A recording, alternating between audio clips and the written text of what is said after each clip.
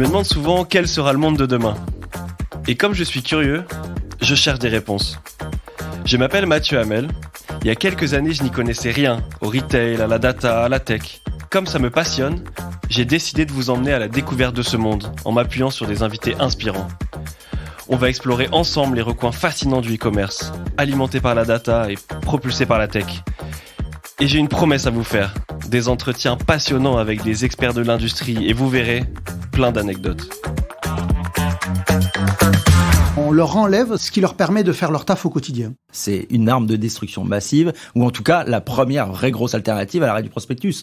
Vous en avez forcément entendu parler à la télé, à la radio ou sur les réseaux sociaux. Je vous propose aujourd'hui de vous plonger dans un sujet brûlant, la fin du prospectus. Pour en parler, rien de mieux que le journaliste et éditeur le plus actif et le plus en vue sur les sujets retail. Il est chaque matin à la radio sur RTL, c'est Olivier Dauvers. Bienvenue Olivier. Merci, bonjour. Accompagné de quelqu'un que je connais bien puisque nous travaillons ensemble depuis plusieurs années, mon boss. Il a fait ses armes dans des grands groupes comme Procter ou L'Oréal où il a occupé des postes de directeur commercial avant de reprendre une boîte et de devenir mon employeur. C'est Romain Charles, le CEO de Lucky Cart. Bonjour Mathieu. Olivier pourra pas me dire le contraire, mais il faut toujours un quota de breton dans une entreprise. C'est toi mon quota de breton. Olivier, si tu devais te présenter en 20 secondes, toi-même. Olivier Dauvers, 53 ans, à l'origine ingénieur en agriculture, aujourd'hui libre penseur des choses du commerce et de la conso, avec un L majuscule à libre. Et Romain, si tu devais faire le même exercice. Comment tu veux que je passe moi derrière ça Romain Charles, 30 ans, bientôt 47. J'ai 17 ans de multinationale agroalimentaire derrière moi et entrepreneur depuis 6 ans. Et en toute humilité, j'essaye de révolutionner à mon niveau l'alimentaire via de la data et de la promo intelligente. On a 2 experts et un consommateur, c'est parti. Vous l'avez certainement vu dans les médias, la fin du prospectus est lancée chez plusieurs distributeurs. Et même si certaines enseignes comme Cora ont déjà arrêté la distribution depuis plusieurs mois, c'est Leclerc, qui on le rappelle est le premier distributeur en France, qui devrait vraiment changer la donne. Alors, quels sont les intérêts des acteurs du retail? Quelles perspectives s'offrent à eux? Comment le digital peut remplacer le papier? C'est ce à quoi nous allons tenter de répondre aujourd'hui dans cet épisode. Et ma question pour vous, Romain et Olivier, c'est pourquoi ce changement est-il si important? Alors il est très important parce qu'il leur enlève la machine à fabriquer du trafic à laquelle ils sont biberonnés depuis qu'ils ont commencé leur métier. Pas un distributeur n'a jamais appris à vivre sans prospectus. Ils ont été vraiment, j'utilise ce mot à dessein, ils ont été biberonnés à ce média, à cet outil, à cette perfusion quand le chiffre va pas. Qu'est-ce qu'on fait? On balance un prospectus. Et donc c'est important parce que ça change la règle du jeu. Et c'est un peu comme si vous mettiez 15 joueurs qui ont eu l'habitude de jouer avec un ballon ovale, des rugbymen, vous leur enlevez le ballon ovale, vous leur mettez un ballon rond, vous en enlevez 4 et vous leur dites maintenant tu fais presque pareil. Les mecs ils sont totalement perdus parce qu'on a changé la règle en cours du jeu et forcément c'est toujours perturbant. C'est le prospectus qui donne un peu le tempo de... Le prospectus, encore une fois, j'utilise aussi cette expression-là, c'est la machine à fabriquer du trafic. Ça veut dire que pour faire venir des gens vers vous, vous avez besoin de leur donner des raisons de venir, et ces raisons de venir, elles sont portées depuis 30 à 40 ans, par ce média prospectus qui présentait 2 avantages. D'abord, c'est qu'il s'adressait à tout le monde, puisque tout le monde avait une boîte aux lettres, et deuxième avantage, il le faisait à un coût contact totalement imbattable. Quand vous étiez distributeur, vous n'allez pas faire exprès de prendre autre chose que le média qui parle à tous et qui est au meilleur prix possible. Donc ils l'ont tous utilisé, voire même ils en ont tous abusé. J'insiste là-dessus, mais c'est une véritable lame de fond. J'étais en train de me poser la question de quand date un changement aussi important dans notre univers de la grande distribution alimentaire. Parce que là, ça change vraiment la machine à créer du trafic, comme disait Olivier, mais pas seulement. C'est-à-dire que c'est aussi toutes les interactions avec les marques, c'est aussi un outil qui est utilisé par les marques, c'est un outil qui est attendu par les consommateurs, donc c'est une véritable lame de fond. Et encore une fois, je ne sais pas quel événement a pu avoir lieu dans cet univers de la grande distribution alimentaire qui serait comparable comme vrai changement drastique. Je ne sais pas si ça te dit quelque chose, toi, Olivier. Non, on peut considérer, par exemple, que l'émergence du drive comme canal, qui aujourd'hui pèse un peu plus de 10 milliards, est quelque chose qui est de nature aussi profonde. Mais dans la pratique commerciale de tous les jours, Et je mettais pas sur le même plan, tu vois, la fabrication du trafic et le sujet que tu as évoqué, qui est la coopération commerciale. Effectivement, c'est un sujet, c'est-à-dire qu'on leur a appris à se faire du blé avec le prospectus. Mais je le mettais même pas sur le même niveau hiérarchique. Ça veut dire que le fait de t'enlever l'élément majeur de ton jeu est quelque chose qui forcément est perturbant. Donc on leur enlève ce qui leur permet de faire leur taf au quotidien. Donc ils sont évidemment perturbés, et c'est d'ailleurs pas un hasard si le premier à changer le game à grande échelle, c'est Leclerc, puisque c'est lui qui en a le moins besoin.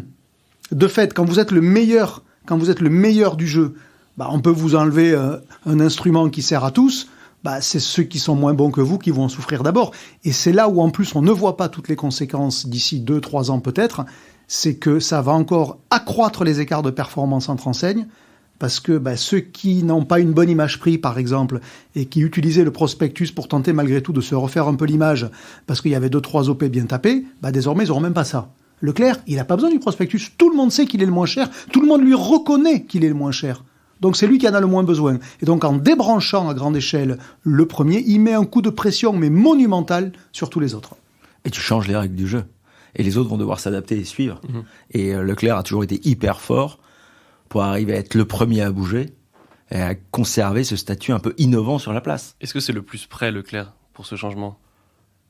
Le plus près, je ne sais pas. Mais en tout cas, comme disait Olivier, c'est celui pour lequel les enjeux sont certainement les moins importants. C'est lui qui a le moins à perdre. Donc quand vous rentrez sur un terrain en étant celui qui a le moins à perdre, en toute logique, vous avez plus de chances de gagner à la fin quand même. Et t'es assez sûr de toi. Oui, parce que Leclerc, là, il rentre dans le match. Qu'est-ce qui peut lui arriver ? Alors si, Leclerc, par exemple, peut faire une mauvaise foire au vin cette année. Il peut faire un mauvais Noël, parce qu'il n'aura pas de prospectus. Un mauvais jouet, parce qu'il n'a pas de prospectus. Mais 3 opérations qui seront moyennes, comparées à l'enjeu que ça représente de changer le game durablement et d'en tirer avantage, c'est rien. Donc, moi, je m'attends peut-être à ce que ces OP-là dont je vous ai parlé, foire au vin, jouet, Noël, soient peut-être moins bonnes que ce que Leclerc avait l'habitude de faire, et que du coup, certains en déduisent que le prospectus est incontournable. Non, si c'est moins bon, ça sera juste le prix à payer pour Leclerc. Et quand vous gagnez 1 point de part de marché par mois, ce qui est le cas de Leclerc en ce moment, qu'1 point vaut 1,4 milliard de chiffre d'affaires en équivalence annuelle, si la foire au vin elle fait 10% de moins, c'est-à-dire 10 millions de moins, ça changera quoi ? Rien. Et ils vont renforcer leur image d'enseigne innovante. Et responsable, parce qu'encore une fois, Leclerc, c'est celle qui a arrêté les sacs plastiques le premier, qui a conduit les autres à faire pareil, qui a conduit la loi à interdire les sacs plastiques, on l'oublie, mais là on est sur un bel exemple où une initiative privée est devenue une loi publique. Il n'y en a pas beaucoup des trucs comme ça. Donc Leclerc ne peut qu'y gagner en réalité. Et il y avait une question que tu posais, est-ce qu'ils sont prêts ? En tout cas, ils ont émis le souhait et ils se sont préparés sur les derniers mois, et notamment en engageant l'ensemble des adhérents et l'ensemble des points de vente. Et on sait que le succès de l'arrêt du prospectus va passer par une exécution avec excellence sur le terrain, et Leclerc a cette capacité d'engager leurs adhérents. Je pense que oui, ils sont prêts. Et j'imagine qu'en tant qu'enseigne qui veut se positionner en tant qu'innovateur, c'est là que le digital va rentrer en jeu. Quel est le rôle du digital dans cette fin du prospectus ? Quel rôle le digital a à jouer dans la transformation de ces enseignes sans le prospectus ? C'est une alternative par principe, puisque dès lors que vous dites j'arrête le papier, j'arrête le offline, comme vous ne pouvez pas arrêter la sollicitation commerciale, même si on n'est pas un pro du digital au sens un défenseur, un avocat du digital, à minima, on est obligé de dire faute de mieux, ça sera ça. C'est-à-dire, sans même voir quel bénéfice on peut trouver dans le digital, dans de nouvelles approches, dans du one-to-one, de la perso ou des trucs plus malins, on est obligé de dire que de toute façon, il faut en faire parce qu'il n'y a plus de offline. Donc, et comme en plus, le digital offre des choses que le papier ne permettait pas, il y a toute raison d'y aller. Par contre, là où il y a un enjeu, c'est que c'est ce que j'appelle je suis pas le seul à l'appeler comme ça, mais ça fait longtemps que j'en parle, la contactabilité. Ça veut dire que faire du digital sans en parallèle avoir organisé la contactabilité de ses clients, et si possible une contactabilité propriétaire, ça veut dire sans avoir à acheter pour que les clients viennent à moi, dans ces cas-là, le digital, il sert pas à grand-chose. Si en parallèle, il n'y a pas ce deuxième chantier. Mais toutes les enseignes l'ont compris quand même assez rapidement. Et on voit aujourd'hui qu'elles multiplient toutes les façons d'onboarder les consommateurs. Je vais vous prendre un exemple. Les remises immédiates, pendant longtemps, étaient inconditionnelles dans la promo française. Il y avait soit de la remise différée, là il fallait la carte de feed pour le cashback, soit de la remise immédiate valable auprès de tous. Désormais, chez Leclerc, une bonne part de la remise immédiate est devenue conditionnelle au fait d'avoir la carte Leclerc et éventuellement l'appli Leclerc. Parce que le jour où vous avez 80%, 100% de vos clients Revon qui sont onboardés sur votre appli, vous êtes peinard, vous faites ce que vous voulez avec et ils sont tous contactables. Et là, vous cassez quand même la structure de coût du recrutement parce que ça vous coûte pas de zob. Et là où Olivier a raison, c'est que le développement de l'application, quelle que soit l'enseigne, pour le coup, mais notamment chez Leclerc, c'est, excusez-moi du terme, mais une arme de destruction massive, ou en tout cas la première vraie grosse alternative à l'arrêt du prospectus. Parce qu'en quelques clics, on peut contacter l'ensemble de ses consommateurs, échanger avec eux de manière ultra flexible et réactive, contrairement à ce que ne permettait pas le prospectus, parce qu'un prospectus devait être prêt 6 mois en avance. Donc non seulement c'est une bonne arme pour compenser l'arrêt du prospectus, mais c'est même une bonne arme pour aller beaucoup, beaucoup plus loin. Tu peux être réactif, agressif et interagir avec ton consommateur pour créer une espèce de sentiment de proximité avec ton consommateur. Alors par contre, ce qu'on ne sait pas, c'est où est la bonne cible en termes de taux de consommateurs qui sont dans l'appli. Parce que ça, aujourd'hui, est-ce que 80% de ces consommateurs utilisant l'appli est une cible réaliste ? J'y crois pas, au moins à horizon prévisible. C'est le niveau de carte des feeds. Ouais. Aujourd'hui, 80% du chiffre est encarté. Bon, pour que l'appli joue son rôle avec le potentiel qu'elle a, il faudrait que 80% des consommateurs utilisent l'appli. Bon, et donc c'est comment on fait sauter le gap qu'il y a entre la possession de la carte de feed, qui est aujourd'hui acceptée par à peu près tous les consos, parce qu'il y a des avantages immédiats à les trouver, donc ça vaut le coup, et c'est objectivement pas très compliqué. Voilà, c'est sur ces consommateurs-là, quelle est la part qu'on arrive à embarquer dans l'appli. Et en gros, tout l'enjeu, il est là. Parce que la carte de feed, elle suffit pas en tant que telle. Non, elle suffit pas. Et il va falloir réussir à recruter des consommateurs, et notamment c'est un petit peu paradoxal, mais les consommateurs qui sont pas forcément les plus fidèles, c'est ceux-là avec lesquels tu as besoin de pouvoir interagir via l'application pour les faire revenir dans le magasin. Et demain, on sait que le magasin va être un vecteur de communication avec l'arrêt du prospectus. Ça veut dire qu'encore une fois, il y a une exécution au point de vente qui va être ultra importante. La distribution des prospectus va se continuer dans certains points de vente. Mais pour ceux qui ne viennent pas systématiquement au magasin, c'est eux qui doivent être absolument dans l'application parce que c'est ça qui va te créer du trafic et qui va les faire revenir. Et il y a un des points, à mon avis, qui est sous-jacent mais qui est problématique, c'est que sur l'alimentaire pur, je pense que les consommateurs vont retourner en magasin. Sur le non alimentaire, ça va être un vrai challenge. Et même sur le DPH, potentiellement, ça va être entre l'alimentaire et le non alimentaire, c'est potentiellement une partie de challenge. Parce qu'on savait qu'ils avaient des temps forts, comme Puéry, le blanc, la beauté, nettoyage de printemps. Il va falloir recréer ces temps forts pour faire venir ton consommateur. Et il va falloir animer spécifiquement ces catégories en amenant peut-être quelque chose de différent. Mmh. Moi, je pense que ça finira de condamner le non alimentaire en hyper. Qui vit aujourd'hui sous perfusion du trafic. Donc, dès lors qu'on n'a plus la perfusion, on est condamné. C'est un peu, je suis pas médecin, mais je vois à peu près comment ça marche. Donc là, on est en train de débrancher la perfusion qu'il y avait sur le nonal, parce que le jour où vous n'avez plus la capacité de pousser qu'il y a tel téléviseur à moins 50 ou tel casque audio à moins 40, ou je sais, pourquoi le client, il pense d'abord à vous ? Il pense pas à vous.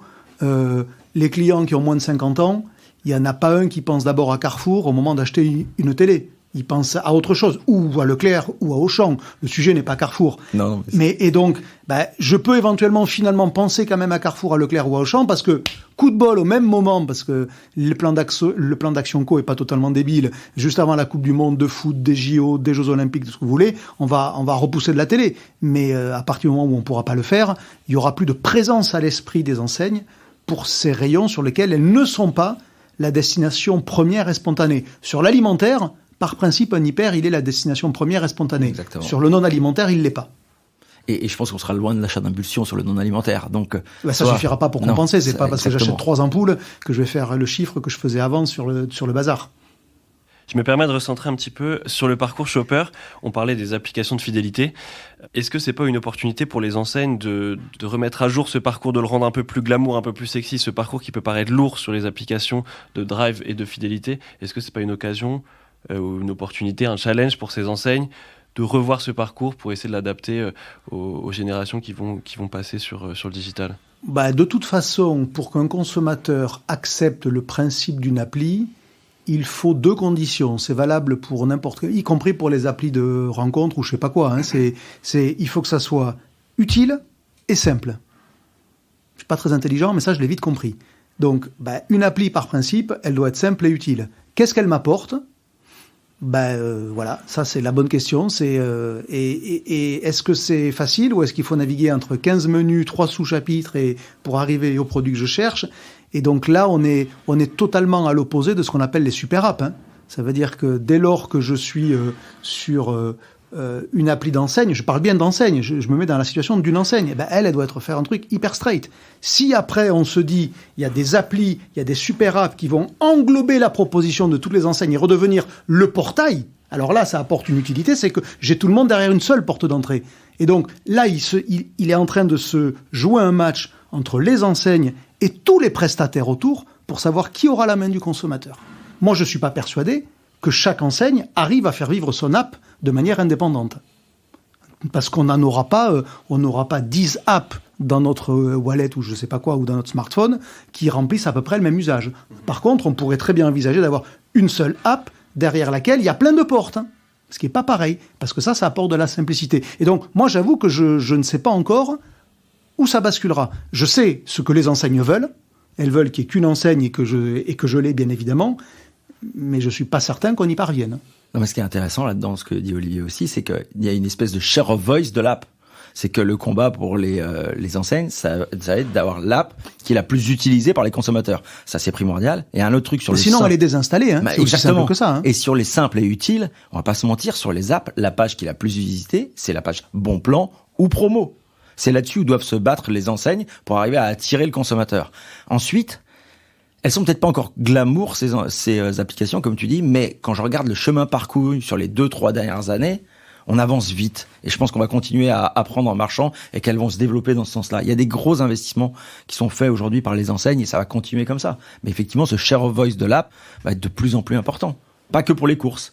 Pour que ça soit une app où on peut commander, mais aussi une app qui est la vraie app fidélité sur laquelle on peut aller interagir et recréer cette proximité avec l'enseigne ou le magasin. Et peut-être une application qui, en fonction de l'image de l'enseigne, sa notoriété, sa légitimité, aura d'autres vertus que strictement marchandes. Je pense par exemple à une app de Decathlon qui est totalement non marchande, s'appelle Decathlon Outdoor, qui en gros me dit autour de moi tout ce que je peux faire à l'extérieur. Pourquoi ? Parce que la mission de Decathlon, c'est pas de me vendre des baskets ou des survêtements, c'est que je m'oxygène, que je m'aère, que je fasse des efforts, que je fasse de l'exercice. C'est totalement non marchand et ça remplit un putain de rôle, pardonnez-moi la familiarité, mais c'est pour insister là-dessus. Ça, c'est une application qui a une utilité de dingue, alors qu'elle ne vend rien. Pas un produit, pas un BRI. Et justement là-dessus, est-ce qu'il n'y a pas des liens à faire entre les gros industriels et les apps pour, tu vois, qui serait le prolongement des programmes de feed, je réfléchis à voix haute, le prolongement des programmes de feed de certains méga industriels dans les apps pour aller alimenter aussi ce côté utilité. En contenu éditorial. Oui. Sauf que le contenu éditorial, s'il est alimenté par un industriel, il sera orienté. Et dans ces cas-là, il sera vite perçu comme étant suspect. Non pas que ça soit vrai, mais il sera perçu comme tel. Il faudra un arbitre, mais... Oui, mais avec le risque que l'arbitre, ça soit le pognon que mette l'industriel pour apparaître dans la recette. Si je fais des tagliatelles carbonara, il me fera mettre peut-être plus de crème fraîche si Yoplait a acheté de la coque commerciale dedans. Voilà, et c'est respectable. Je veux dire, je ne conteste pas ça. Alors que quand c'est totalement non marchand, l'avantage c'est que c'est préservé de ça, et donc c'est préservé de tout soupçon. De mercantile. Oui. Et ça ne peut être perçu qu'encore plus utile. L'appli de Decathlon, en ce sens, elle est remarquable. C'est-à-dire, il me dit autour de moi toutes les balades qu'il y a à faire. Je peux le suspecter de quoi ? Il me dit pas qu'il faut mettre telle chaussure au pied et que si je l'ai pas, ça va pas aller. C'est du bon serviciel. Ouais. Donc, en gros, là, on peut mettre du contenu éditorial avec les marques, la frontière étant qu'il ne soit pas visible. Ce qui, du coup, le rend non valorisable, donc non monétaire. C'est dommage. Ça, c'est plus compliqué. Si vous aviez une baguette magique, vous feriez quoi ? À la suite de la fin du prospectus, c'est quoi la chose qui vous paraît le plus pertinente à faire pour le bon développement de notre chère grande distribution française ? Tu pompes tes questions sur les meilleurs, toi, c'est ça ? J'ai triché sur quelqu'un. Ça me rappelle quelque chose, la baguette magique. Bon, moi, si j'avais une baguette magique, j'interdirais les prospectus déjà pour tout le monde aujourd'hui, pour que ça aille beaucoup plus vite et que l'écosystème se transforme plus rapidement, puisque c'est bien connu, on ne se transforme vite que sous la contrainte. Ouais. Voilà, ça c'est une règle de vie d'ailleurs. Bon. Et donc, si, allez, en l'espace d'un an, je dis, c'est vraiment une baguette magique, donc de l'utopie, eh bien on faisait disparaître tous les prospectus, la totalité de l'écosystème tech, commercial, les enseignes, se mettraient en branle autour de cette idée, c'est comment on vit dans ce nouveau monde, alors qu'aujourd'hui, on voit bien que pendant quelques années, on va vivre avec une jambe dans chacun des mondes. Et que finalement, ça sera moins performant que ça pourrait l'être.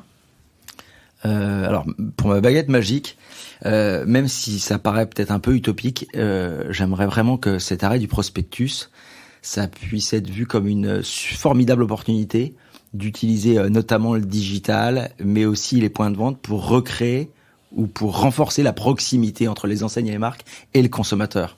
Il y a beaucoup de choses qui sont poussées de l'enseigne vers le consommateur, pousser des marques vers le consommateur et que le consommateur puisse vraiment être au cœur des débats et qu'on puisse interagir avec lui, recréer vraiment cette proximité avec lui. Ça me paraît super important pour arriver à pousser les lettres de noblesse de la grande distribution alimentaire. Merci beaucoup Olivier et Romain d'être venus, c'était passionnant. Où est-ce qu'on peut te retrouver, Olivier ? Sur olivierdauvert.fr en toute immodestie, tiens, voilà, c'est assez facile. Ou sinon, j'ai un fil Twitter, j'ai un fil LinkedIn, j'ai une chaîne YouTube et je suis tous les matins sur RTL de 9h à midi, soit tout le temps, soit sporadiquement à l'intérieur de l'émission, avec Julien Courbet, où je parle conso à la ménagère ou à son mari. Et toi, Romain ? Faut suivre les newsletters d'Olivier. Moi, si vous voulez me retrouver, je suis rue Montmartre, là où il y a mes locaux. Vous pouvez passer, vous faire payer une bière si vous voulez. Et puis voilà, toujours dans l'univers de la grande distribution alimentaire.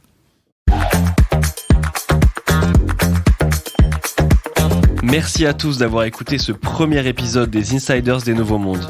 J'espère que ça vous a plu. En tout cas, moi, j'ai vraiment pris du plaisir. Je remercie François Quérel de The Media Leader, Romain Burja à la réalisation et mes super collègues de l'équipe Marketing Com de Lucky Cart, Virginie et Nicolas.